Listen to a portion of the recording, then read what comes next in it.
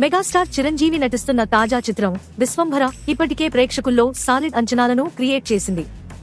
ఈ సినిమాను young director Vashishtha direct చేస్తుండగా పూర్తి సోషియో ఫాంటసీ మూవీగా ఇది రానుంది. ఇక ఈ సినిమా పోస్టర్స్ ప్రేక్షకులతో పాటు సినీ సర్కిల్స్ లోనూ ఈ చిత్రంపై హైప్ క్రియేట్ చేశాయి.